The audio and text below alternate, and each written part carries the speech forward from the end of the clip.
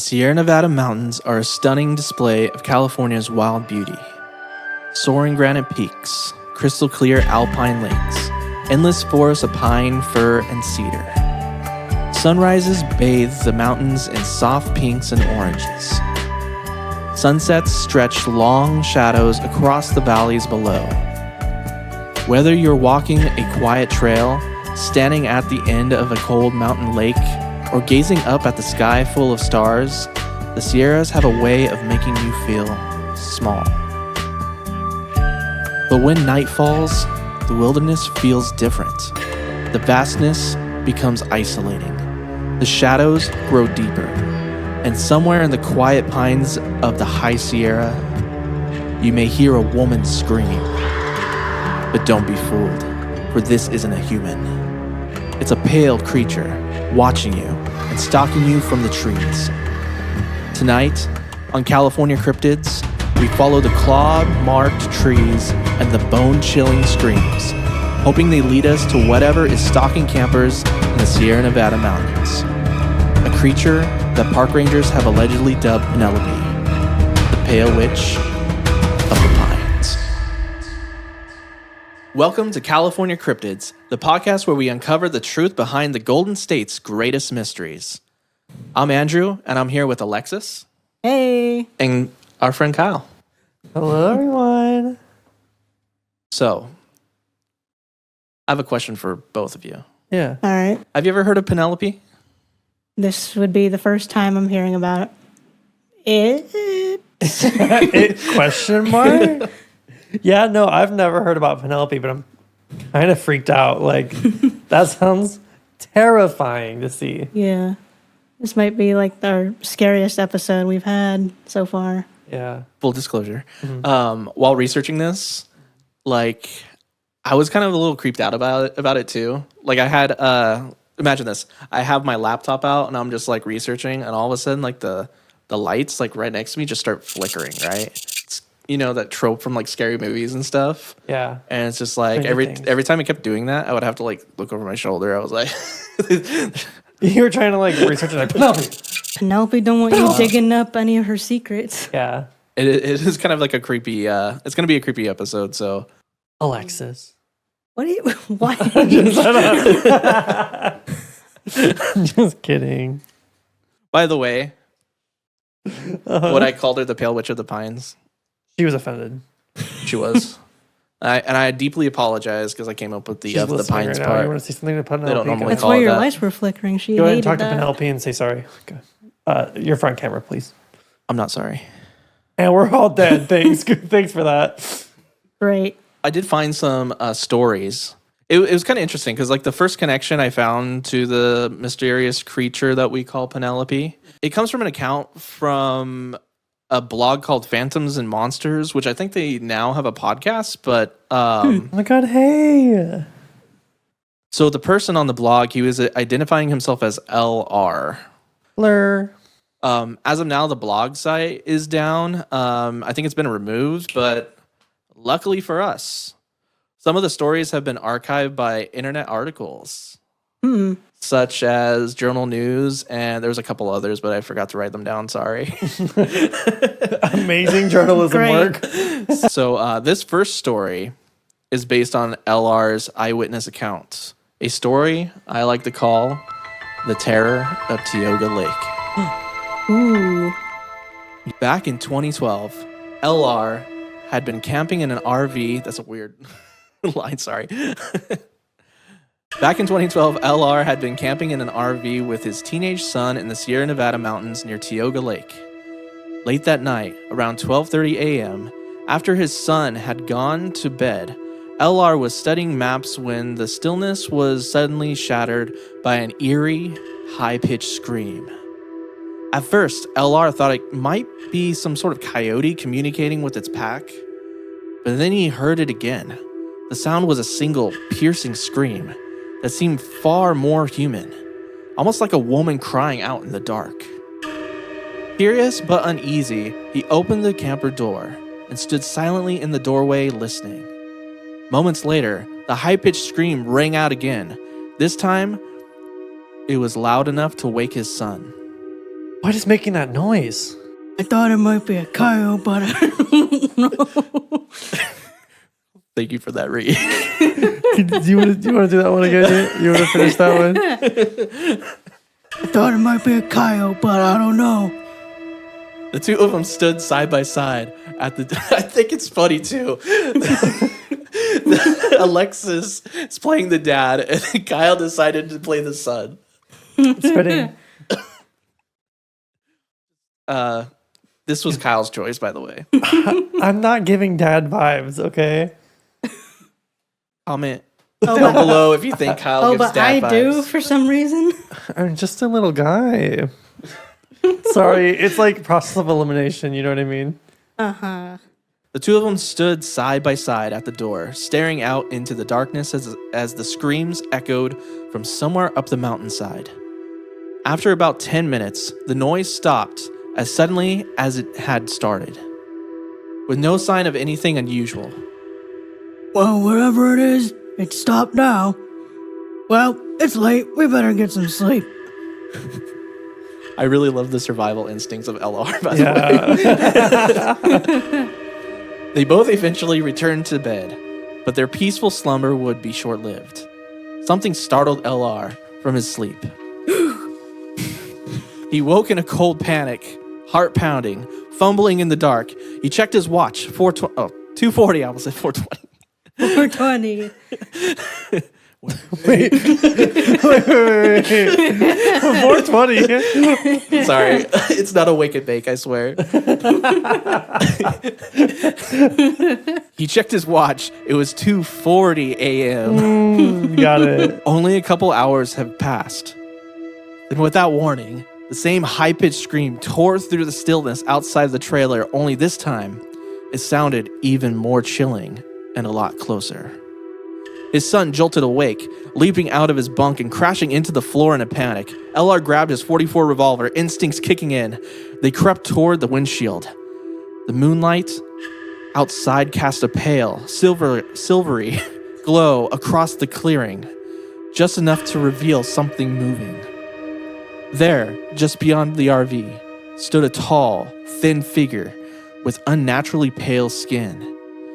Its movements were jerky and strange, but its shape was unmistakably human, though something about it felt deeply wrong. Zombie! But, yeah. LR seems like the kind of guy that would be like, just rub some dirt in it. Yeah. You know what I mean? Walk it off. Walk it off. Walk it off, son. Why was she way better than both of us?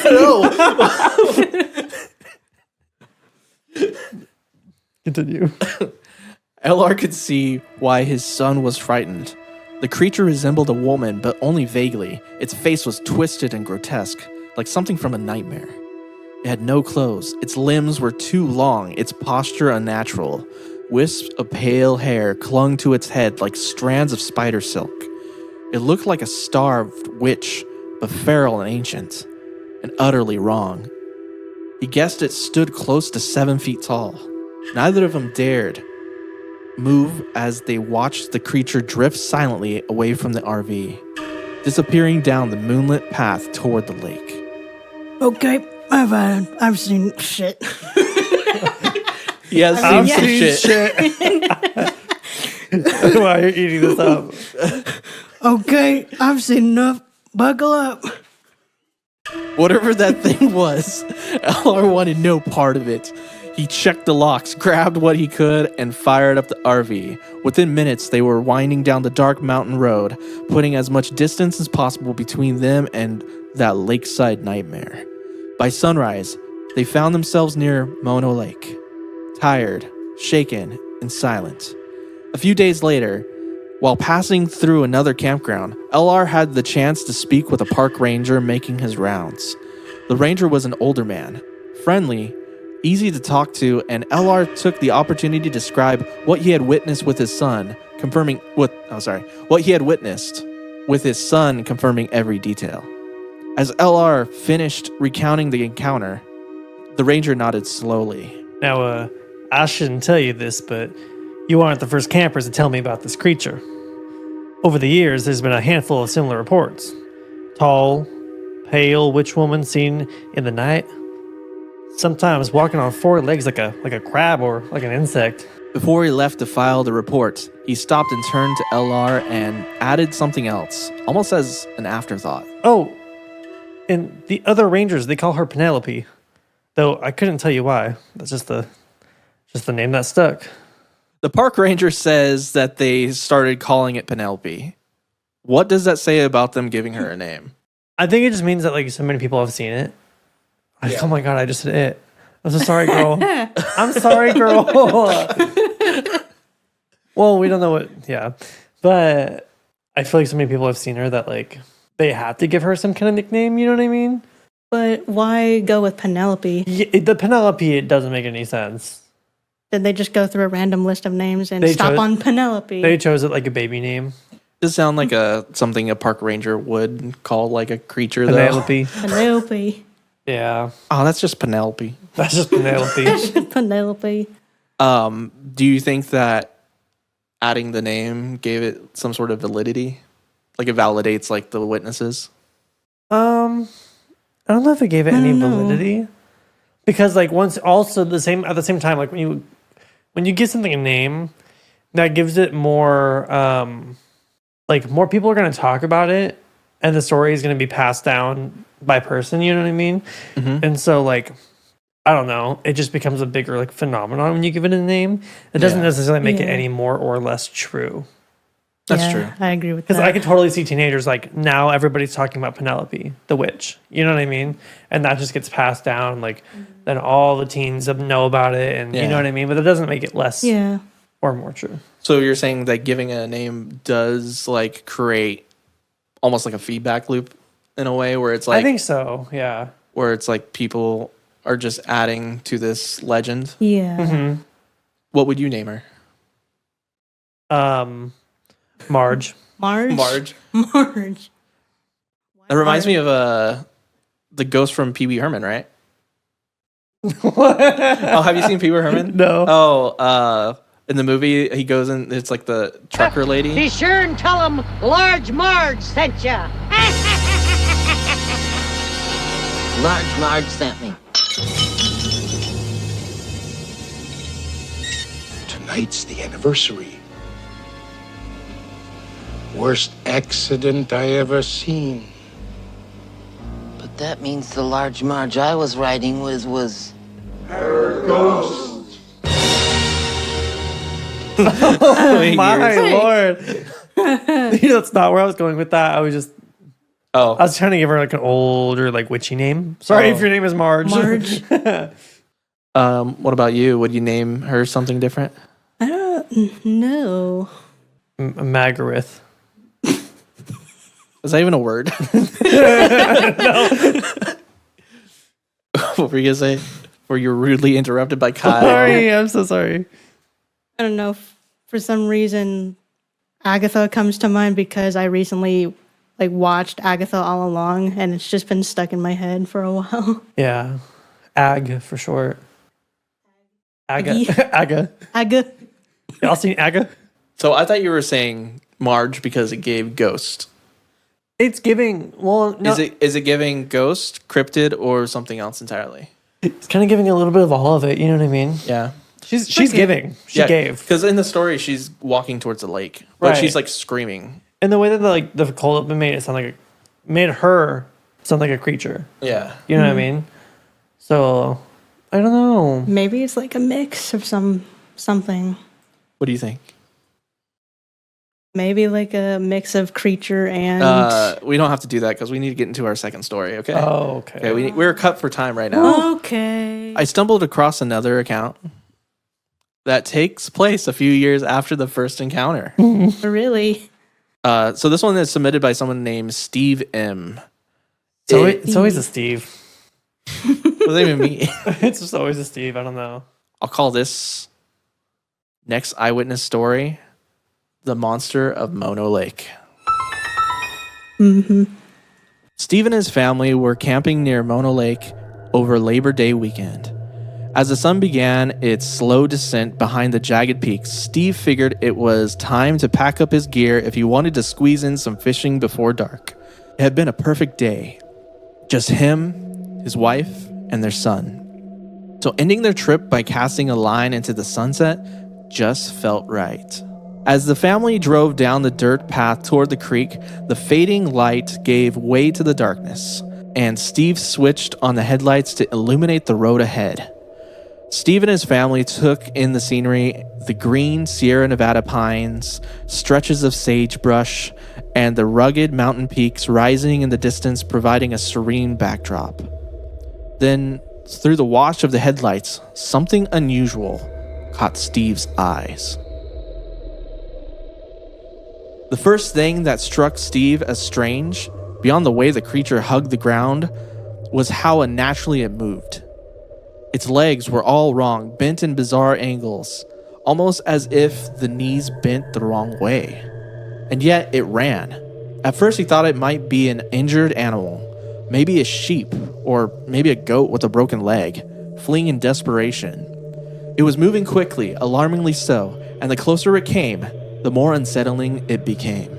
Not to throw a loop on this or anything, but when I was researching this one, this person had 3 paragraphs just talking about the thing's legs. They were just wrong, and I did paraphrase this, so it's so we could get to the point. Penelope was doing that stanky leg. Yeah. She don't skip leg day. Yeah.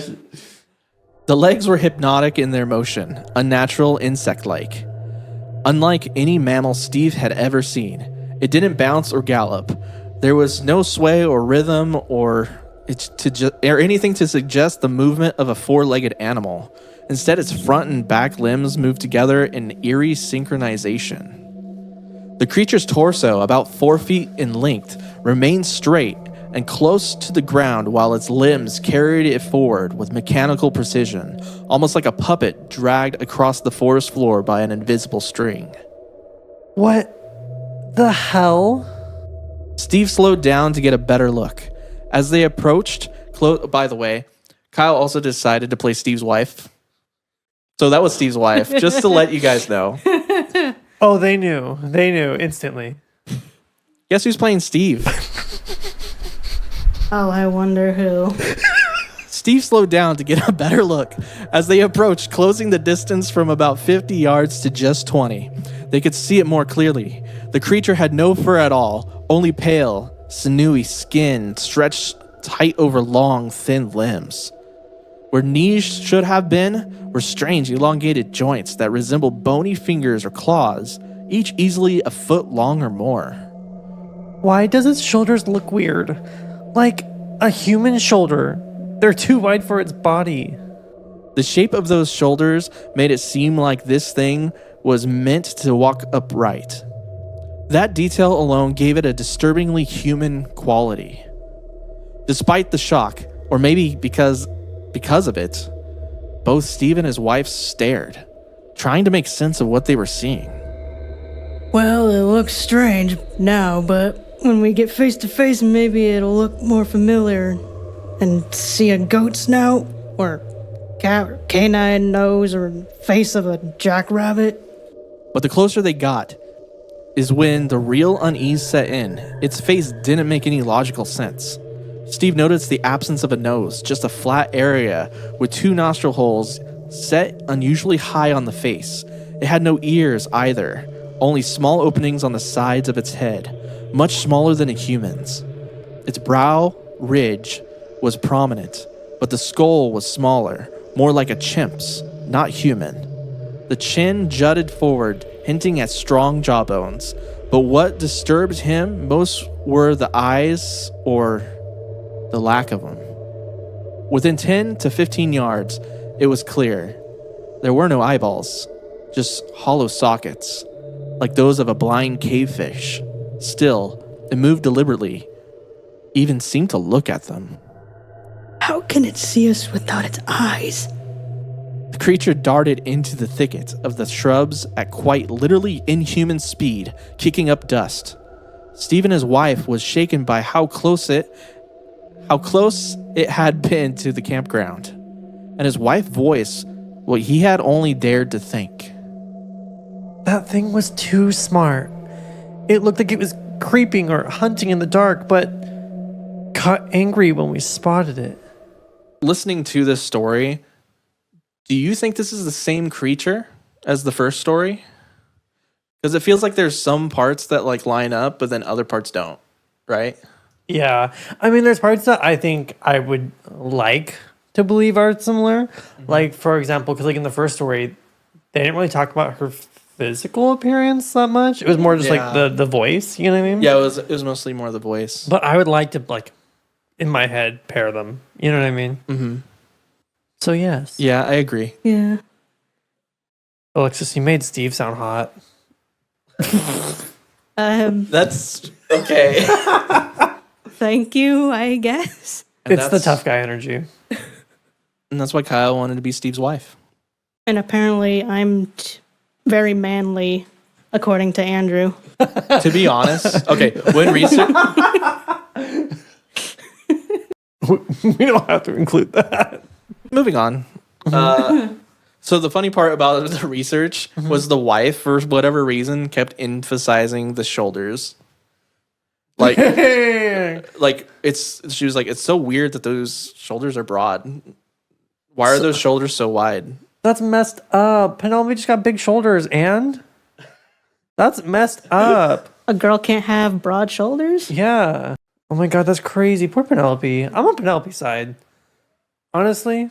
So the real question is, do you think Steve made it in time to go fishing?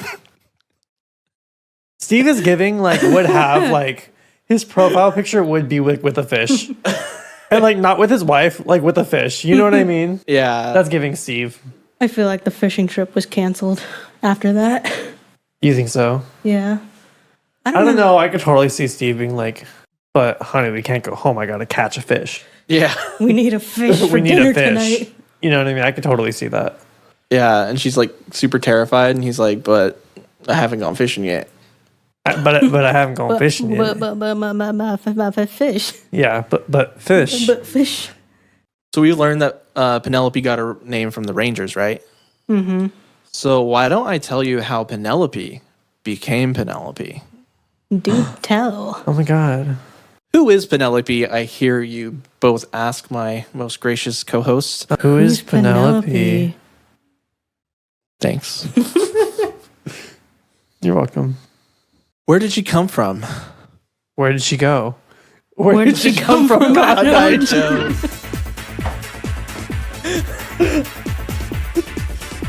And that's, that's canon.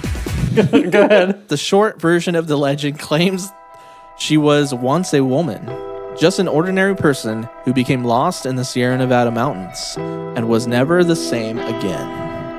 Campfire tales in the region, as you might expect, have taken that seed and turned it into something much darker.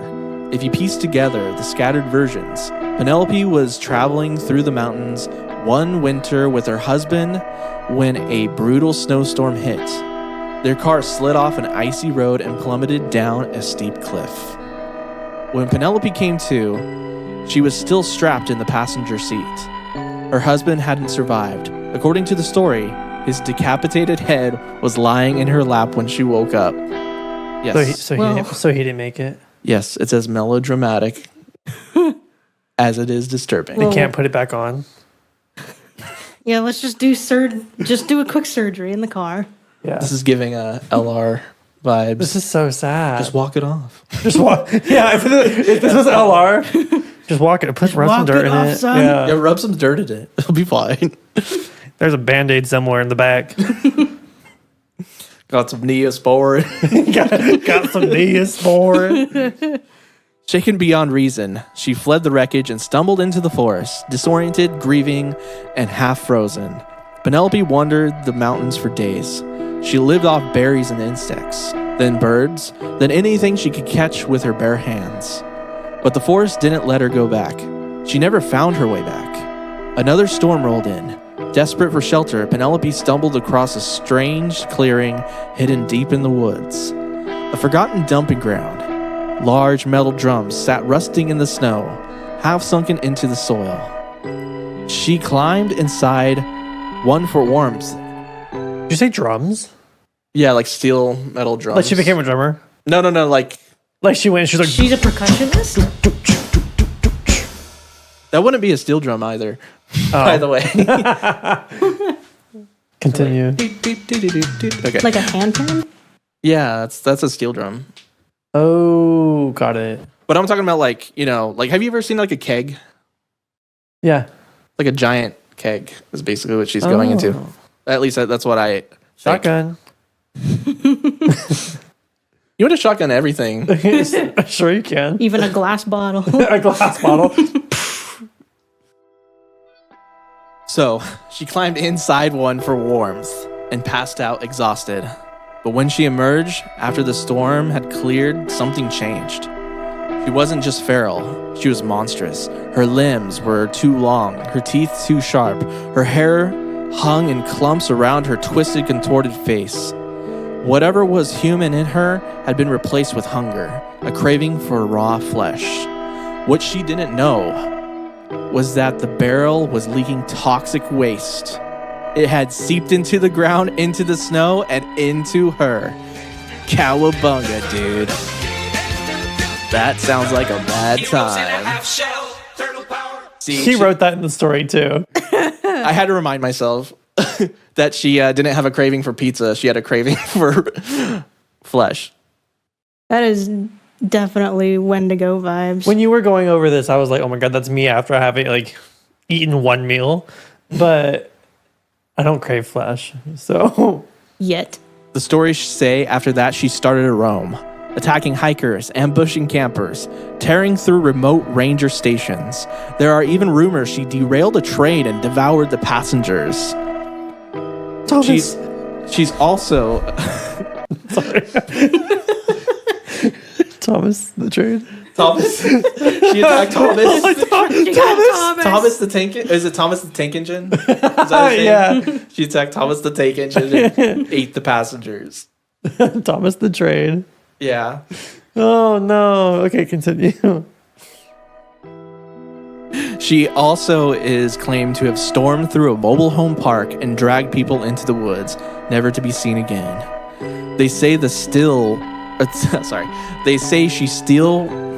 Still. She's steel. They say she's stale. They say. I'm listening. They say she still roams the Sierra Nevada mountains, driven by instinct, madness, and whatever's still mutating inside her. The way they describe this thing, it kind of almost sounds like a Wendigo almost. I would like to present an alternate theory, which has already been spoiled by Alexis. Sorry. As I read through the stories, something started to stand out. A resemblance to the traditional Native American account of the Wendigo. So you were right, Alexis. Yeah. Oh my God. One thing that I've learned from my research is that most people today think of the Wendigo as some kind of antlered forest monster, thanks to creepypastas. That's what I thought right now. This modern version tends to blend elements of the Wendigo with the skinwalker and the rake, often showing it as a tall, humanoid creature with deer antlers and glowing eyes. But that's not how the original stories would describe it. According to the Algonquian, I hope I said that correctly, speaking Native Good American. job spelling it out. I try to I gave myself hyphens to be like, okay, I have to say it this way. But I don't know even if I said it right, to be honest. So their belief was the Wendigo was once human, twisted by greed, isolation, or the taboo of cannibalism. It became a walking corpse, not a beast, but a spiritual abomination. In many of those early accounts, the Wendigo is described to have had pale, grayish skin, stretched tight over its bones, a gaunt skeletal frame, sunken eyes, bloody lips, yellow fangs, and a long, slimy tongue. Does that sound familiar?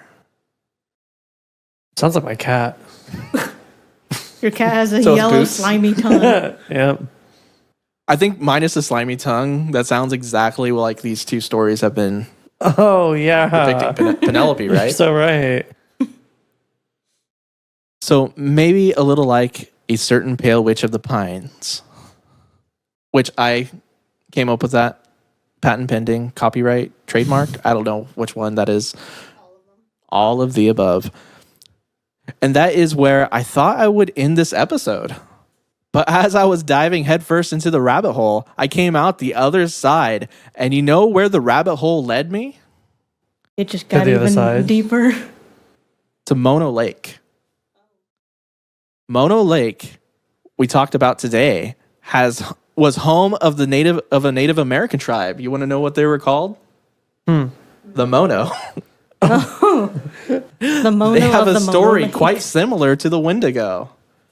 Now, since Alexis, you kind of were able to kind of pick this up earlier that it might be a Wendigo, I'll let you read this. In the language of the Mono tribe of the Sierra Nevada region, there is a legend of the Ninitakati. Yes. Okay. This fearsome figure stands among the most terrifying in Mono folklore. A monstrous man-eating spirit who was once human, often portrayed as a woman. Why did you, and why did you say woman after? What, did I hear an echo in here? That was crazy. No, I'm just pointing that out, okay? Oh, okay. That here's a similarity, woman. Oh, got it. I see what Just you're saying. woman. Woman. That's all we need. I was like, thank you. I heard her. According to the story, during a time of desperate famine, she was driven to madness and consumed her own flesh to survive. She consumed her own flesh. Something that she might do in a steel drum. But obviously those might be just really weird. I mean, the weird, like ooze from freaking Teenage Mutant Ninja Turtles. Yeah. Story. I'm gonna keep that out. So we got woman, but she is cannibalistic. And we won't fault her for that. She's hungry. She's doing her best. She She's was hungry. She was going through something. Can a girl be hungry? That's girl dinner. Girl dinner. Girl dinner. Through this horrific act, she crossed a line between life and death, becoming a relentless undead being. She's described as gaunt and skeletal, with pale skin stretched tight over bone, almost corpse-like in appearance. In some versions of the legend, only the skin on her broad shoulders remains intact. Her hunger for human flesh is said to be endless, and she is rumored to attack and devour the living on sight. The legend of the Ninitakati holds deep cultural meaning for the Mono people. It serves as a powerful warning about the dangers of isolation. What's so funny? Andrew is smirking at me like he's Sherlock Holmes and he figured this entire thing out. I'm a little proud of myself for this research. He's so happy about this. He did it, And guys. he should be, but Thanks. every detail you say, his smirk grows a little bit more and more. It serves as a powerful warning about the dangers of isolation, selfishness, and desperation, and a reminder of the importance of community, cooperation, and sharing during times of scarcity. Her name literally translates to walking skeleton. Wow. Thank you, Alexis, for proving my point. You're welcome. You know what she's kind of giving me? She's kind of giving me like the witch from Left 4 Dead 2. Oh, yeah. You know what I mean? Yeah, the one, like, if you make a noise, like, she just starts chasing you. Yeah. I mean, I know the witch isn't like on all fours, but she like cries and you like... Yeah. If you touch her, you She better does be scream, prepared. too. Yeah. Oh, I and she think. like chases you with like her claws, doesn't Yeah. she? Yeah. Yeah, I think that's why they also call her... Well, I mean, that's not why they call her They witch, call her a witch because they all played Left 4 Dead 2. Reminds me of the witch from Left 4 Dead 2. Yeah. Exactly. Side note. But So the Mono people actually also have a legend of a salt witch Salt witch. that actually led me to the walking skeleton story. The legend goes that the salt witch may appear to help those in need, but she also punishes those who harbor guilt or hostility. and it's And just how? Like she just like throws salt. People get high sodium. and was attributed to trappers dying of thirst in the early 1800s. You let me finish my sentence. She basically like dehydrates you, steals your hydration. Damn. But I'm a she goner. doesn't share the same features as Penelope, unfortunately. So they're two different things. Yeah. Maybe they're sisters. They're sisters. Oh my god. No thoughts. Got it. So, any closing thoughts? I know you just said no thoughts, but any closing thoughts? Definitely giving Wendigo. Wendigo?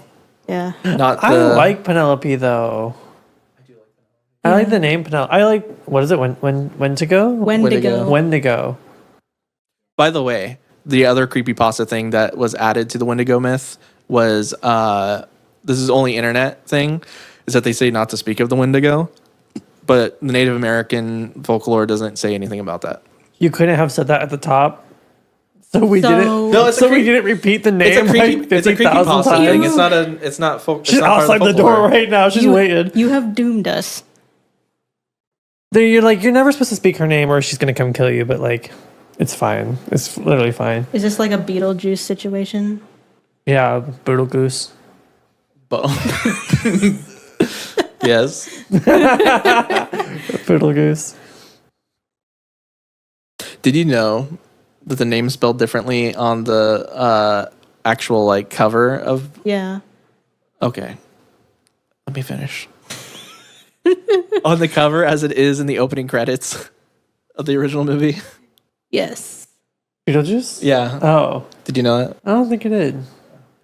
Alexis did though. She said. Because I've watched She that said, movie "Zip it." I several know. times. So I want to ask you two. Do you guys remember when we did the Hot Ones challenge with the Charman? Yeah. Does Penelope also have a hot sauce? Well, get ready. We're going to be chugging Sierra Nevada IPA. No, I'm just kidding. Yeah. I'm just kidding. We're in a shotgun contest. Shotgun. I don't know if you could shotgun a bottle. You could do the straw trick, the tornado thing. I thought it was a can. Sorry.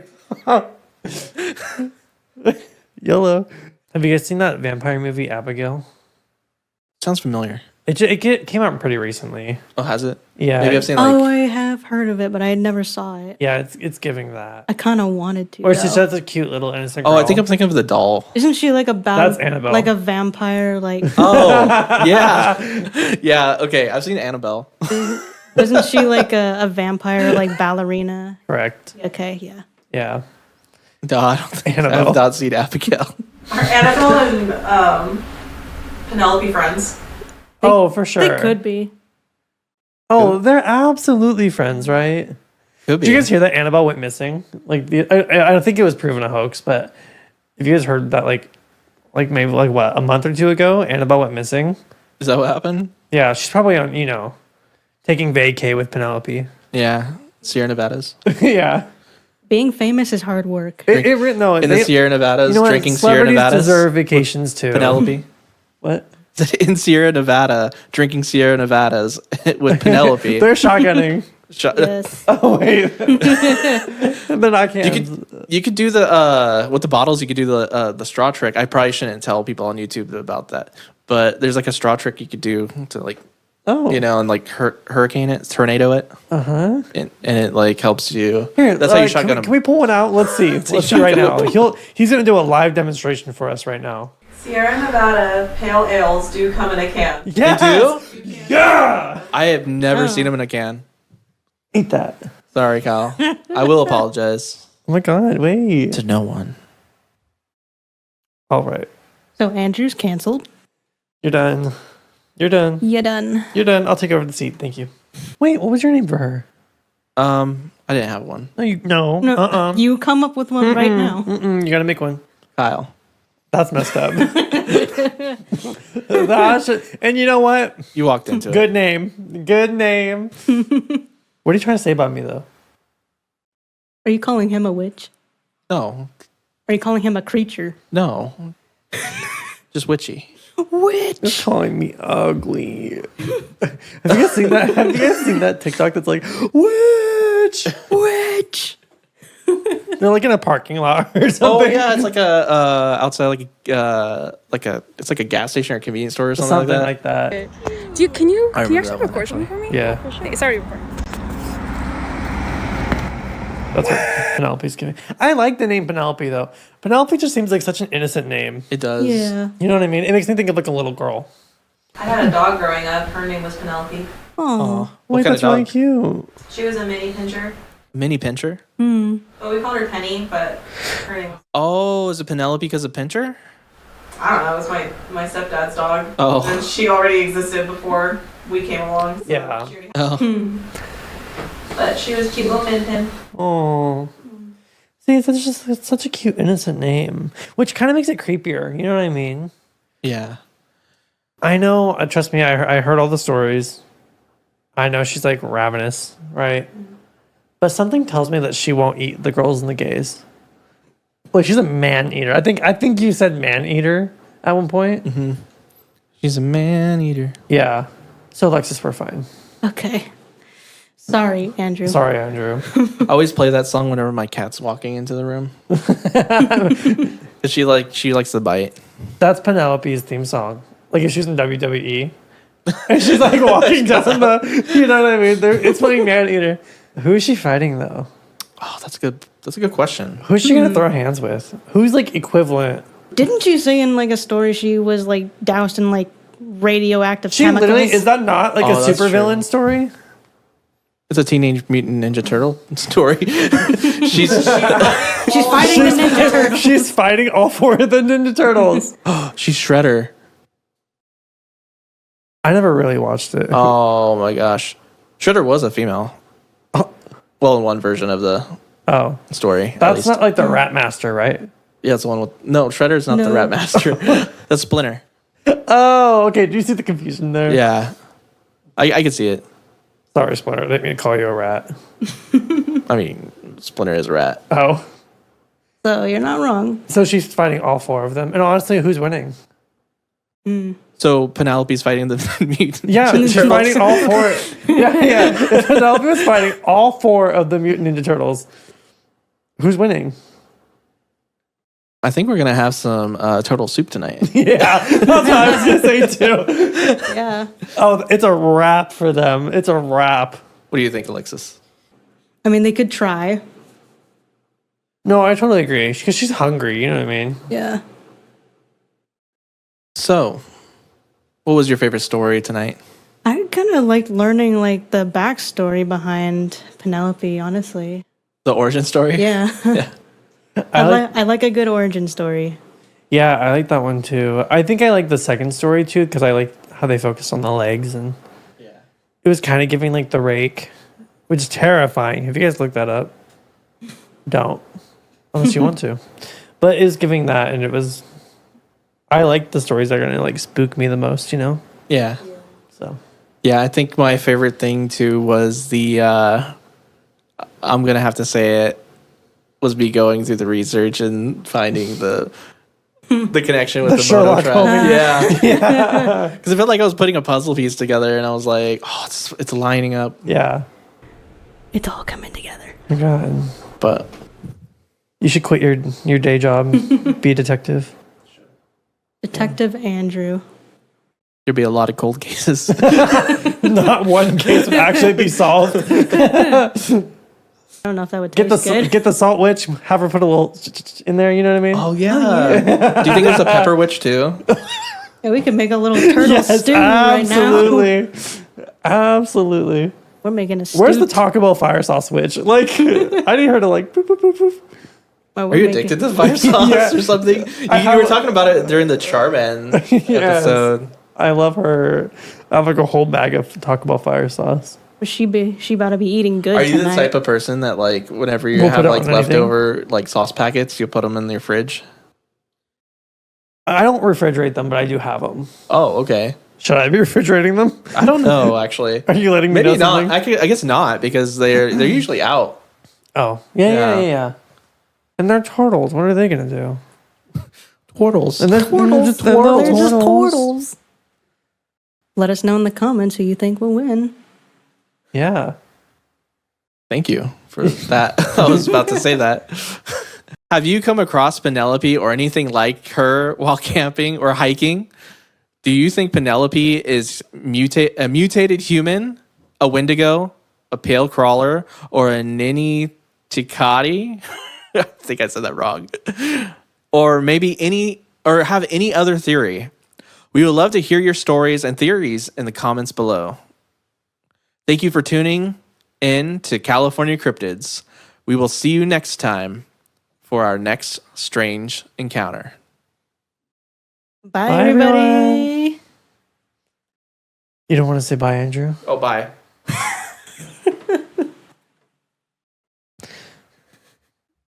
You know what? The Ninja Turtles, that's her girl dinner that night. Yes. You know what I mean? Definitely. They step into the ring. Girl dinner. Girl dinner.